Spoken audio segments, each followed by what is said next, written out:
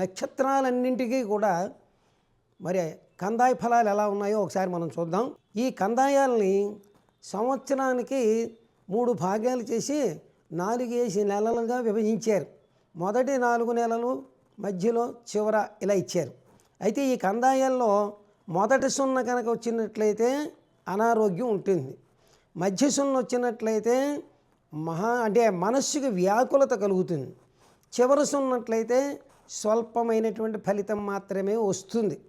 ఇక 3 కలిపి మనం కూడినట్లయితే టోటల్ చేసినట్లయితే బేసి సంఖ్య అయితే ధనలాభం, సరి సంఖ్య అయితే సమాన ఫలం మాత్రమే ఉంటుంది. కాబట్టి దీన్ని అనుసరించి నేను చెప్పేటప్పుడు మీరు టోటల్ చేసుకుంటే దాని ప్రకారం వచ్చిన దాన్ని బట్టి బేసి సరి ఈ 2 చూసుకుంటే సరిపోతుంటుంది మనకి.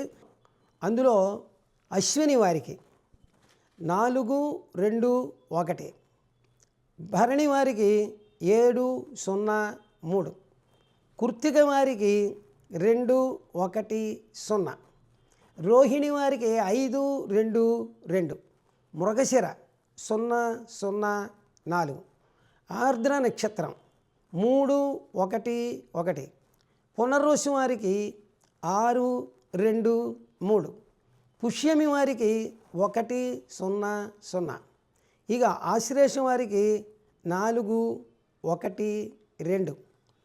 అలాగే తర్వాత నక్షత్రం మఖ నక్షత్రం వాళ్ళకి 7, 2, 4, పుబ్బ 2, 0, 1, ఉత్తర 5, 1, 3, హస్త 0, 2, 0, చిత్త 3, 0, 2, స్వాతి 6, 1, 4, విశాఖ 1, 2, 1, అనురాధ 4, 0, 3, జ్యేష్ఠ 7, 1, 0, మూల 2, 2, 2.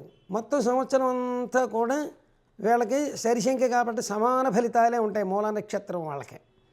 పూర్వాషాఢ 5, 0, 4, ఉత్తరాషాఢ 0, 1, 1, శ్రవణం 3, 2, 3, ధనిష్ట 6, 0, 0.